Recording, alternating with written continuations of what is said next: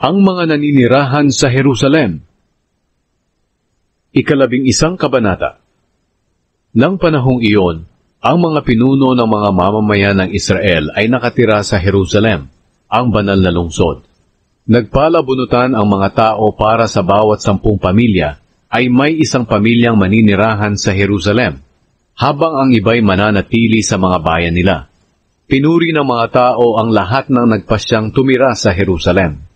Ang ibang Israelita pati mga pari, mga Levita, mga utusan sa templo, at ang mga angkan ng mga alipin ni Solomon ay patuloy na nakatira sa kanilang sariling mga lupain sa iba't ibang mga bayan ng Huda. Ang ibang mga mamamayan ng Huda at Benjamin ay nakatira sa Jerusalem. Ito ang mga pinuno ng mga probinsya ng Huda at Benjamin na nakatira sa Jerusalem. Mula sa lahi ni Huda, si Ataya na anak ni Uzziah. Si Uzziah ay anak ni Zacarias. Si Zacarias ay anak ni Amaria. Si Amaria ay anak ni Shephatiah. At si Shephatiah ay anak ni Mahalalel, na mula sa angkan ni Perez. Si Maaseya na anak ni Baruch. Si Baruch ay anak ni Kol-Hoze. Si Kol-Hoze ay anak ni Hazaya. Si Hazaya ay anak ni Adaya. Si Adaya ay anak ni Joyarib. At si Joyarib ay anak ni Zacarias, na mula sa angkan ni Shelah. Sa mga angkan ni Perez, 468 matatapang na lalaki na nakatira rin sa Jerusalem. Mula sa lahi ni Benjamin, si Salu na anak ni Meshulam. Si Meshulam ay anak ni Joed. Si Joed ay anak ni Pedaya. Si Pedaya ay anak ni Kolaya. Si Kolaya ay anak ni Maaseya. Si Maaseya ay anak ni Itiel. At si Itiel ay anak ni Jeshaya. Ang sumunod kay Salu ay sina Gabay at Salai, at ang 928 kamag-anak nila. Si Joel na anak ni Zikri ang pinakapinuno nila, at ang ikalawa sa kanya ay si Huda na anak ni Hasenua. Mula sa mga pari, si Jedaya na anak ni Joyarib, si Jakin at si Seraya na anak ni Hilkia. Si Hilkia ay anak ni Meshulam. Si Meshulam ay anak ni Zadok. Si Zadok ay anak ni Merayot. At si Merayot ay anak ni Ahitub na namamahala sa templo ng Diyos. Ang 822 lalaking kasama nilang nagpapagal sa templo. Si Adaya na anak ni Jeroham.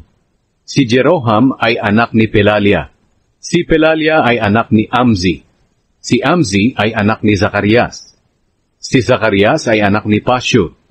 At si Pashur ay anak ni Malkia. Ang mga kasama ni Adaya na 242 lalaki na mga pinuno ng mga pamilya. Si Amasai ay anak ni Azarel. Si Azarel ay anak ni Azai. Si Azai ay anak ni Meshilemot. At si Meshilemot ay anak ni Imer. Ang mga kasama ni Amasai na 128 matatapang na lalaki. Si Sabdiel na anak ni Hagedolim ang pinakapinuno nila. Mula sa mga Levita, si Shemaya na anak ni Hashub. Si Hashub ay anak ni Azrikam. Si Azrikam ay anak ni Hashabia. At si Hashabia ay anak ni Buni. Si Shabetai at si Jozabad na 2 pinuno ng mga Levita. Sila ang mga katiwalang namamahala sa mga gawain sa labas ng templo. Si Matanya ay anak ni Mika. Si Mika ay anak ni Sabdi, at si Sabdi ay anak ni Asaf.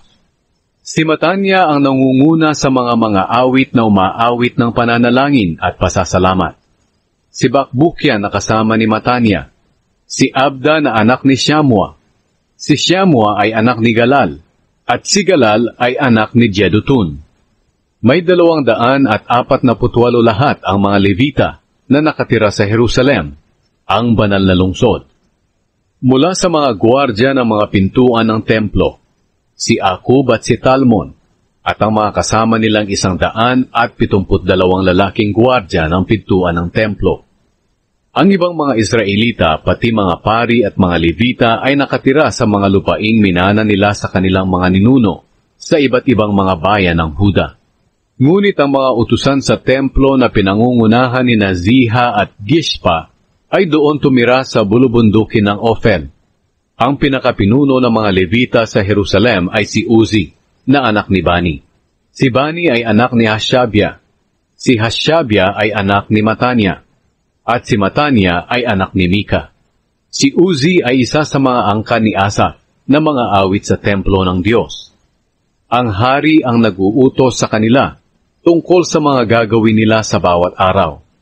Si Petahia na anak ni Meshezabel, na isa sa mga angkan ni Zera na anak ni Huda, ang kinatawan ng bayan ng Israel sa hari ng Persya. Ang ibang mga mamamayan ng Huda ay nakatira sa mga bayan na malapit sa mga lupain nila.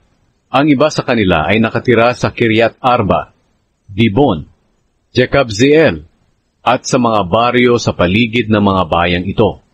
Ang iba sa kanila ay nakatira sa Jeshua, Molada, Bet-Pelet, Hazar-Shual, Beer-Sheba, at sa mga baryo sa palibot nito. Mayroon ding nakatira sa kanila sa Ziklag, sa Mekona, at sa mga baryo sa paligid nito. Sa Enrimon, Zora, Jarmut, Zanoa, Adulam, at sa mga baryo sa paligid ng mga bayang ito. Ang iba pa sa kanila ay nakatira sa Lakish, at sa malalapit na mga sakahan, at sa Azeka at sa mga baryo sa paligid nito. Kaya nakatira ang tao sa Huda mula sa Beersheba hanggang sa lambak ng Ben-Hinnom. Ang ibang mga mamamayan ng Benjamin ay nakatira sa Geba, Mikmash, Aya, Bethel, at sa mga baryo sa paligid nito.